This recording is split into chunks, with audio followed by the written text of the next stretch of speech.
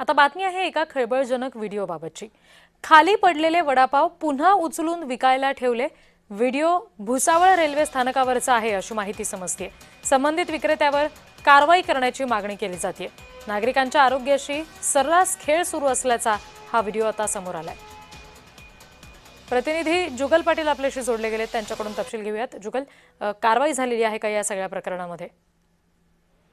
नक्कीच रेल्वे स्थानकावर वडापाव विक्रेत्याचे वडापाव खाली पडले आणि विक्रेत्याने पुन्हा उचलून ते विक्रीसाठी ठेवल्याचा व्हिडिओ सोशल मीडियावर या ठिकाणी व्हायरल झाला आहे। सदर व्हिडिओ हा भुसावळ रेल्वे स्थानकावर असल्याचा सोशल मीडियातून दावा करण्यात येत असून सदर व्हिडिओ पडताळणी करून संबंधितांवर कारवाईची तयारी केली जात आहे।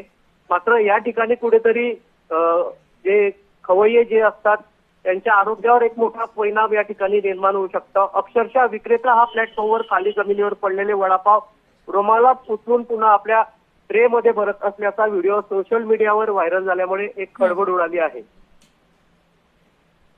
जी जुगल, धन्यवाद सगळ्या तपशिलांसाठी।